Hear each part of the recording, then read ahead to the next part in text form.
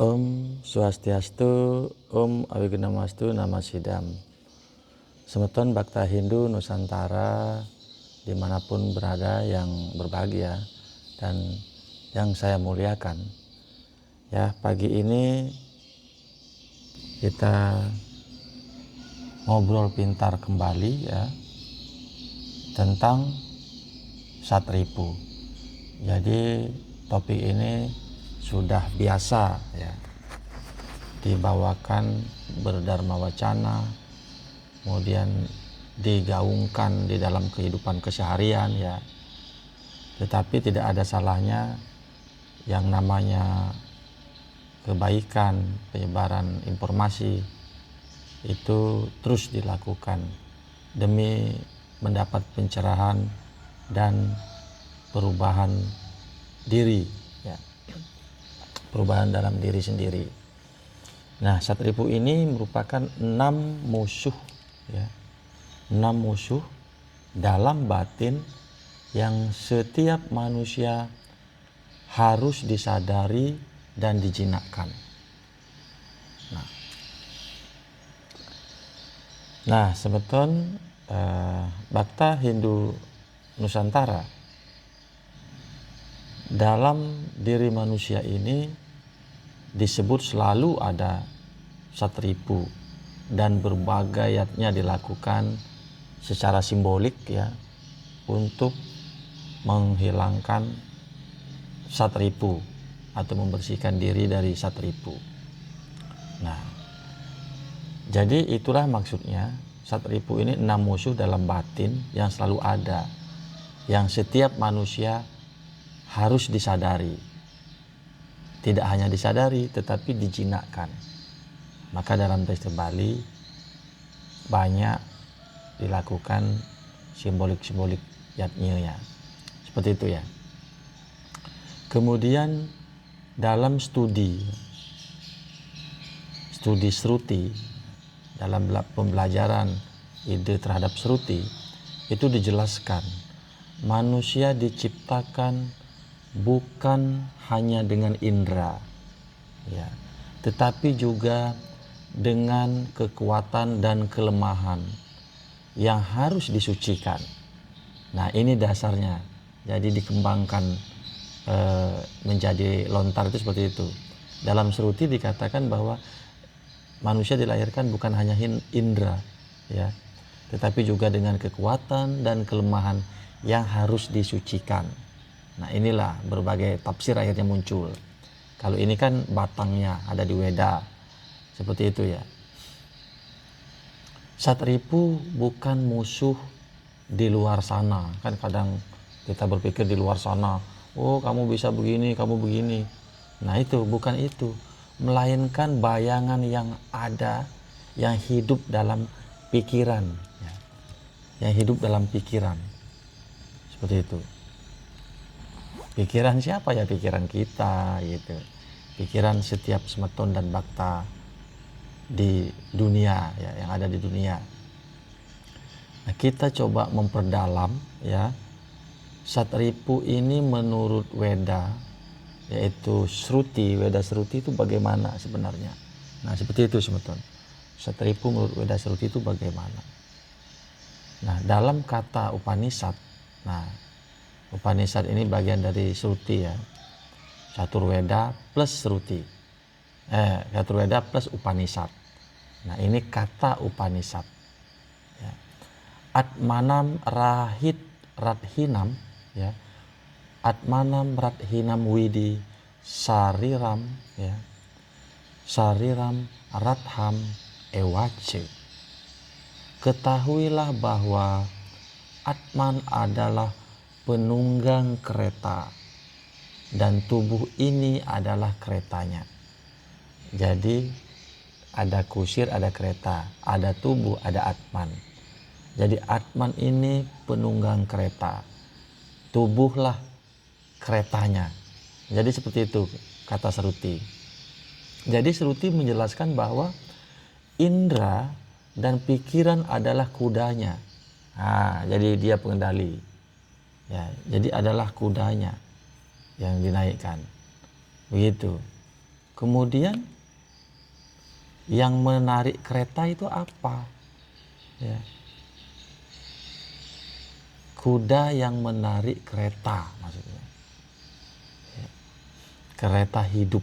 Jika 6 kuda ripu atau yang kita sebut sat ripu itu ya, ini tidak dikendalikan dengan positif, dengan baik, maka kereta akan terperosok ke jurang ya, penderitaan, ke jurang penderitaan. Jadi kalau dalam terosok masuk dalam jurang, tidak ada kata-kata menderita. Ya, kalau di dalamnya ada ranjau, nah lebih lagi. Jadi satripu ini kalau tidak dikendalikan, maka kita bisa terperosok dalam penderitaan. Penderitaan apa? Ya 6 musuh dalam batin itu. Itu adalah karma. Ampura, adalah kama, nafsu. Kalau karma kan hasil perbuatan ya. Adalah kama, nafsu. Kemudian akroda ya. Akroda, kalau akroda tidak marah. Kroda, amarah itu. Kemudian keserakahan atau loba. Kemudian kebingungan atau moha. Kemudian kesombongan atau mada. Dan matsarya, iri hati. Nah, ini sudah kita bahas ya juga dalam ngopi sebelumnya. Tidak apa-apa sebagai penyegaran seperti itu ya. Jadi yang sekali kita bahas belum tentu kita ingat dan bisa melaksanakannya. Tapi kita ulang bahas. Nah, satripu dalam lontar Nusantara juga dibahas, juga diberikan penjelasan seperti itu ya teman-teman ya. Dalam lontar tutur buana sang sepa, nah itu. Sang kesepa, satripu ring awak, kama, kroda, loba, moha, mada dan matsarya, ring awak nirmale, sang sidi tan katon, seperti itu. 6 musuh ada di dalam diri, nafsu, amarah, ya, serakah, bingung, ya, sombong, iri hati, itu. Bila diri suci, maka tidak ada lagi kekuasaan mereka. Mereka ini adalah maksudnya yang satripu itu. Bila diri ini suci. Nah, dijelaskan juga dalam lontar Dharma Pamacul ya. Menaklukkan musuh batin adalah inti tapa sejati. Gitu. Ripu tan winenang nahan wisesaning tapa. Lontar ini menegaskan bahwa menaklukkan diri sendiri lebih mulia daripada menaklukkan dunia. Ya, kalau menaklukkan dunia pasti dengan kesombongan. Ya, nah, gitu. Jadi menaklukkan diri sendiri itu lebih mulia daripada menaklukkan dunia. Apalagi menaklukkan orang lain gitu ya, maksudnya. Jadi itu. Nah, coba kita lihat makna setiap ripu. Kita lihat, ya, makna setiap ripu dan bagaimana penyembuhannya, ya, artinya bagaimana tata laksananya, memanagenya. Nah, untuk kama misalnya, kama ciri-cirinya apa? Coba kita lihat dulu. Kama itu ciri-cirinya keinginan yang tanpa batas. Berarti nafsunya berlebihan, nafsu berlebihan, keinginan tanpa batas. Nah, bagaimana jalan Dharma untuk menaklukkan itu? Yaitu dengan latihan santosa, kepuasan hati selalu, ya. Kemudian brahmacharya, ya. Itu. Jadi kita lakukan latihan, ya, latihan santosa, kepuasan hati. Dapat sesuatu kita harus puas, jangan selalu kurang, ya seperti itu ya. Kemudian amarah atau kroda. Nah, apa ciri-cirinya? Reaksinya keras terhadap ketidakseimbangan. Ketika diperlakukan sedikit saja tidak sama, pasti bangkit amarahnya. Itu diperlakukan sedikit, apalagi disinggung sedikit lagi, gitu.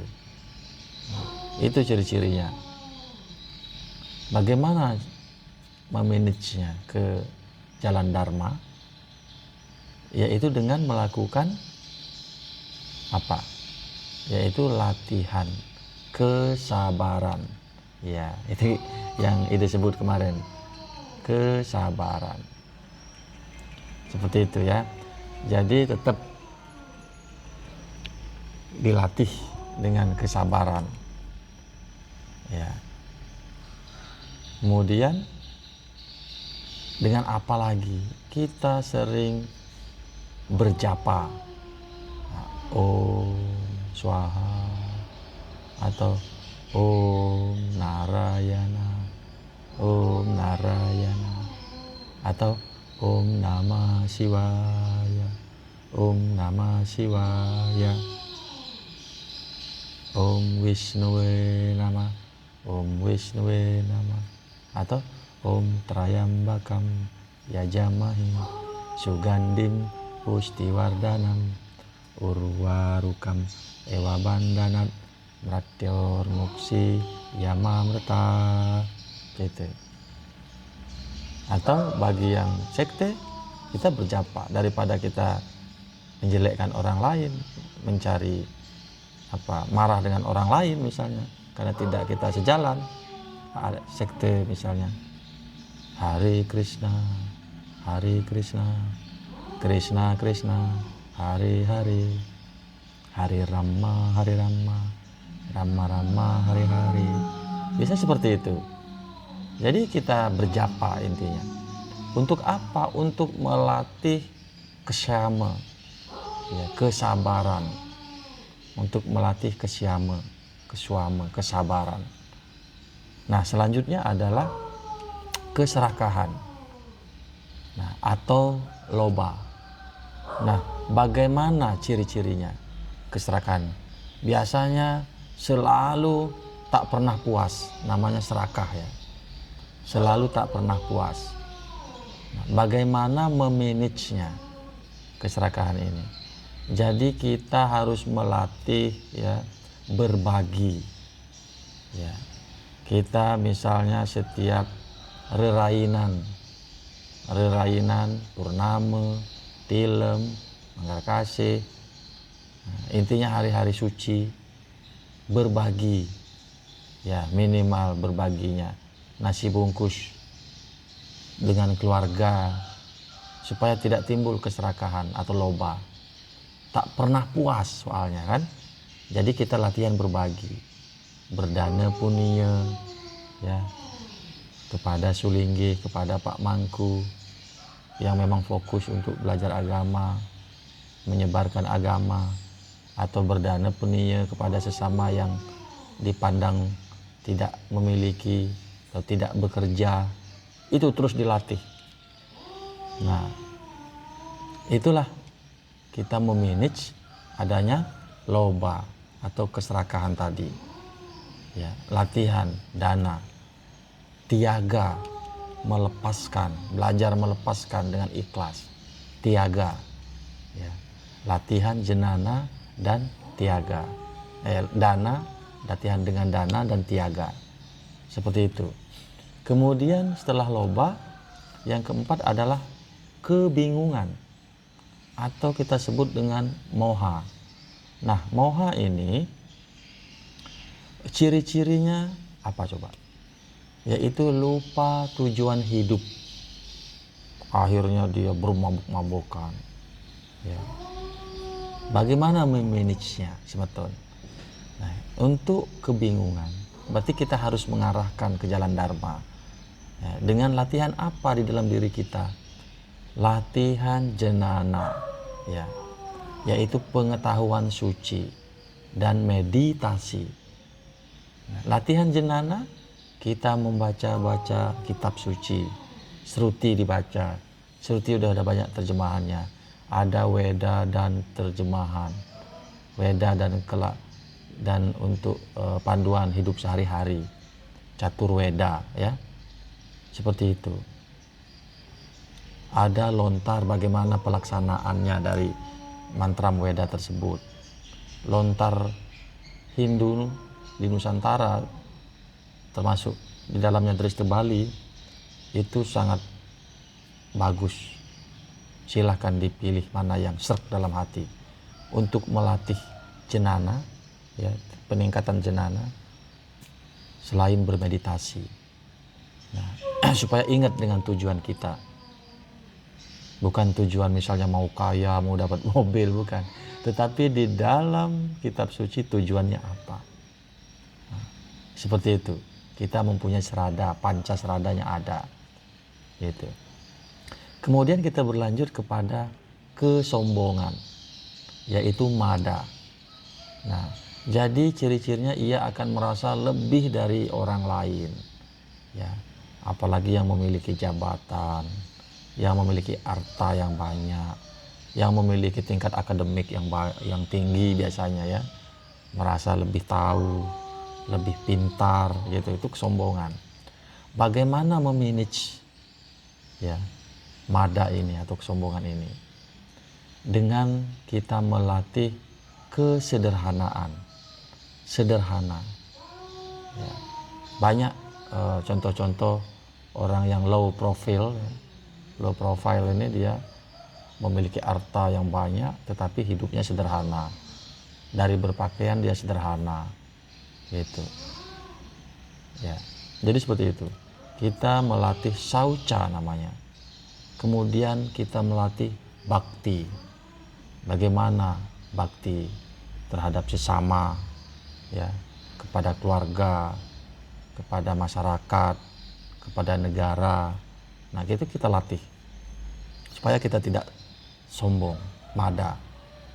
Kemudian matsarya, iri hati. Nah, dalam iri hati matsarya apa ciri-cirinya? Yaitu tidak senang melihat orang lain bahagia. Nah, ini tidak senang melihat orang lain bahagia. Nah, ini persoalan. Jadi ada yang istilah melihat orang kaya dia sedih, melihat orang keberuntungan dia sedih, tapi melihat orang kemalangan dia senang. Nah, seperti itu, dia tidak senang. Itu ciri-cirinya. Bagaimana memanage matsarya ini, semeton? Nah, kita berlatih dalam turut bergembira atas keberhasilan seseorang, atas keberhasilan orang lain, apalagi keberhasilan diri sendiri dan keluarga. Kita turut bergembira. Kita latih mudita kita, yang disebut dengan mudita, kegembiraan. Nah, seperti itu. Matsarya itu yang ke-7. Nah, semeton Bhakta Hindu Nusantara dimanapun berada yang berbahagia. Nah, dalam Atharva Weda disebutkan Dharma Raksati Raksitah. Dharma melindungi mereka yang menegakkannya. Maksudnya yang menegakkan dharma. Seperti itu. Dengan menegakkan dharma, yaitu dharma di batin kita sebenarnya, Satripu kehilangan kekuatan untuk menguasai pikiran kita. Karena semua ada di pikiran. Jadi kita tegakkanlah melalui dharma semeton. Jadi seperti itu. Jadi melalui dharma. Nah, bagaimana Satripu di dalam dunia modern? Nah, Satripu dalam dunia modern, ya, dalam hidup dengan bentuk baru biasanya keluarnya di era digital, ya. Misalnya kama. Nah, kama ini ada keinginan tanpa batas, ya, di media sosial, ya, kecanduan hiburan dan materi, ya, Kita lihat ya, yang lagi-lagi viral, demi mendapatkan keviralan sampai mengabaikan etika, itu ya. Jadi ada nafsu ingin mendapatkan materi yang tak terbatas. Ada istilah, kumpulkanlah uang supaya kamu dihormati. Kalau Anda memiliki harta banyak, orang buta akan bisa melihat katanya. Orang bisu akan mendengar. Jadi itu penyemangat, boleh diikuti. Tetapi apa? Jadi kita tidak boleh kecanduan. Kita harus memanagenya seperti yang tadi Ide sampaikan. Ya. Jadi itu adalah maya semua. Tidak bertahan lama. Ya.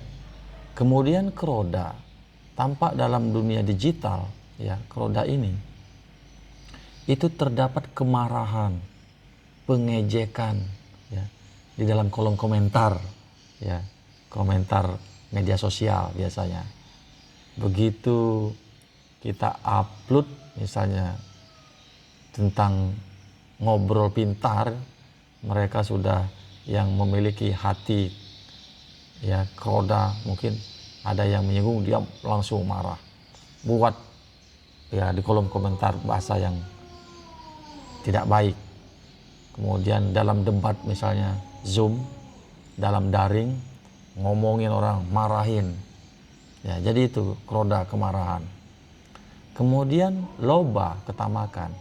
Apa yang tampak dalam dunia digital? Tertampak loba ini ketamakan ekonomi. Ada hubungannya tadi dengan keinginan tadi. Ketamakan ekonomi dan kehausan status. Seperti itu, kita lihat itu akan diabaikan secara etika juga. Bagaimana caranya? Dan terlihat dalam keviralan itu, orang akan tampak senang melihat yang aneh dan banyak yang nge-like itu. Itulah di zaman kali, ya. Mereka akan senang melihat yang negatif-negatif.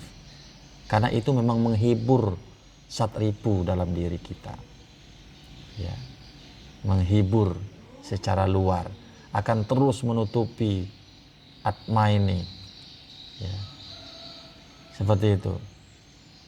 Kemudian bagaimana dengan moha? Moha dalam dunia digital, dia bisa terdapat hilangnya arah spiritual akibat distraksi dunia maya. Jadi dunia maya ini bisa menggeser, ya, mengalihkan, distraksi itu pengalihan dari yang kebaikan karena yang tidak baik tetapi dia viral, itu akan terlihat baik. Ya. Bayangkan dunia di dalam genggaman melalui Android kita itu dalam kebenaran itu bisa kalah karena sepi. Ya, karena sepi, tidak dilihat orang, tidak di-like orang, tidak diberikan tips hadiah. Tetapi di dalam yang ketidakbaikan, misalnya porno ada, padahal dilarang di situ, berbuka dengan gaya-gaya yang pornografi misalnya kan, itu disukai orang dan lucu-lucu, ya gitu. Nah nanti semetonlah yang bisa memfilter itu, tidak ada yang bisa. Karena sang kusir, sang atman tertutup oleh keinginan-keinginan duniawi, ya, hilang arah, ya. Karena ia tertutup, tidak melihat, hilang arah. Kemudian bagaimana dengan mada, ego biasanya? Nah ini secara digital itu akan terjadi ego akademik, ya, dan spiritualitas yang membanggakan diri. Di medsos ada tuh, dia merasa misalnya pandai secara akademik, jadi semua orang dianggapnya salah, ego, jadi merasa benar gitu. Ketika dia dari universitas lain tidak masuk dalam grup itu, ya, pendapatnya itu selalu kurang benar, itu ego akademik. Dan spiritualitas, ya, orang yang tingkatnya tinggi spiritualnya, misalnya tidak bisa kena tirte di bawahnya, seperti itu. Padahal mereka itulah yang misalnya bertugas ketika piodalan, dalam adatnya, pak mangkunya. Ketika ada yang duduk di bawah yang dikatakan mungkin mewinten tinggi, mewinten gede gitu ya, itu tidak boleh dia diketisin, disiratin. Itu namanya ego spiritualitas, ya. Tidak boleh begini, gitu. Tidak boleh begitu, karena kita lebih tinggi spiritualnya. Nah, seperti itu. Kemudian kita ke terakhir Matsarya misalnya. Matsarya dalam dunia modern, ya, itu iri terhadap kesuksesan yang tampak dari layar, ya, di layar teman-teman semeton semua, ya. Padahal bukan kenyataan, ya. Iri terhadap kesuksesan orang, padahal itu hanya konten. Misalnya ada juga orang yang memiliki harta yang banyak, karena dia low profile membuat tempat konten yang sederhana supaya menggugah. Nah, itu bukan kenyataan. Jadi kita tidak bisa iri ya terhadap kesuksesan orang lain. Nah, ngopi ini ngobrol pintar ini menarik, ya, karena memberi refleksi nyata. Nah, jadi semeton bisa terus ikuti, ya, bahwa musuh terbesar kita bukanlah algoritma dunia, apalagi algoritma meta katanya gitu ya. Nah, siapa yang bisa memahami? Tetapi kita harus mengikuti algoritma batin, gitu, yang lupa pada Brahman, gitu. Jadi musuh kita itu bukan algoritma dunia, tetapi yang ada di dalam batin. Nah, itu ada algoritmanya juga. Nah, bagaimana kita menaklukkan dengan yatnya diri? Nah, ini dengan yatnya diri kita taklukkan. Nah, Bhakta Hindu dapat melatih pengelukatan satripu, ya, yatnya pengelukatan yang ada dalam batin, ya, atau menggunakan yatnya batin, yatnya diri sendiri sebetulnya. Jadi tidak harus yang besar. Misalnya kama itu ubah menjadi cinta, ya, kemudian dan kesetiaan, ya, ubahlah menjadi cinta kasih dan kesetiaan. Kemudian keroda ubah menjadi energi untuk melindungi dharma, ya. Kemudian loba ubahlah menjadi kemurahan hati. Kemudian moha ubahlah menjadi pemahaman diri. Mada ubah menjadi kerendahan hati. Kemudian yang terakhir adalah matsarya, kita ubah menjadi sukacita atas kebahagiaan sesama. Nah, bahagia bukan hasil perang melawan orang lain, tetapi kemenangan lembut atas diri sendiri. Nah, seperti itu sebetulnya. Nah, penerapan satripu bagi pembaca modern misalnya. Bagaimana menerapkan satripu bagi pembaca yang saat ini, generasi Gen Z itu istilahnya ya. Nah, ngobrol pintar ini akan selalu membahas, ya, memberikan solusi-solusi dharma, tidak berhenti di pura, ya. Tidak berhenti di pura, tetapi harus hidup dalam pikiran dan tindakan sehari-hari. Contoh penerapannya misalnya, saat tergoda marah, pilih diam dengan senyum, gitu. Kita mau marah, diam aja, senyum. Nah, jadi itu untuk melatihnya. Kemudian saat iri timbul di dalam pikiran kita, ucapkan semoga ini bahagia. Kemudian saat serakah, nah, kita mulai berbagi satu porsi kecil, ya, merupakan wujud yatnya, ya, yatnya kecil, ya. Kita berbagi, mulai dari 1 orang boleh diberikan tiap hari. Mampu 5 orang, mampu 10 orang, mampu depan rumah, belakang depan, samping kanan kiri, 5 orang kan jadi 20. bisa mampu dibesarkan lagi 10 orang jadi 40 orang. Depan, belakang, samping kanan, samping kiri. Itu yatnya boleh. Nah, itu dari diri kita sendiri, hal yang kecil. Saat serakah datang.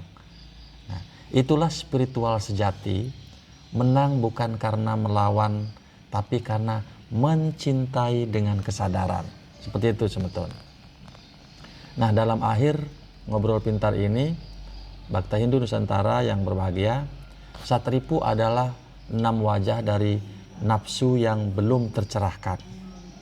Mereka bukan harus harus dihapus, bukan, harus dihilangkan, bukan, atau ditampikkan, bukan, tetapi perlu disinari.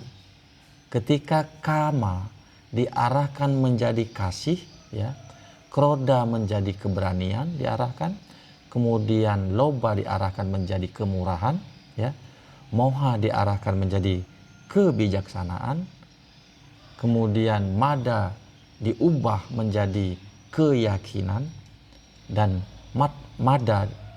matsarya diubah menjadi rasa sukacita, maka satripu itu telah berubah menjadi satdharma. Nah ini, satripu dirubah menjadi satdharma. Nah, 6 kebajikan agung. Bukan lagi yang ketidakbaikan yang menutupi, tapi ini adalah diubah menjadi 6 kebajikan agung. Itulah kemenangan sejati seorang semeton Bhakta Hindu Dharma Nusantara. Mampu menaklukkan diri tanpa peperangan dan menyalakan cahaya Brahman di tengah crowdednya dunia sekarang ini. Nah, semeton itu saja yang dapat disampaikan tentang Satripu. Ikuti terus ngobrol pintar lainnya, Semoga kita dapat saling tercerahkan. Kesempurnaan adalah milik Ide Sang Widiwasi Sang Brahman, kekurangan adalah milik saya. Untuk itu mohon maaf atas tidak berkenannya ngobrol pintar ini. Berikanlah masukan, ngobrol, diskusi di dalam kolom komentar. Nanti kita akan bahas bersama. Demikian suksma. Om Santi Santi Santi Om Rahayu sebentar.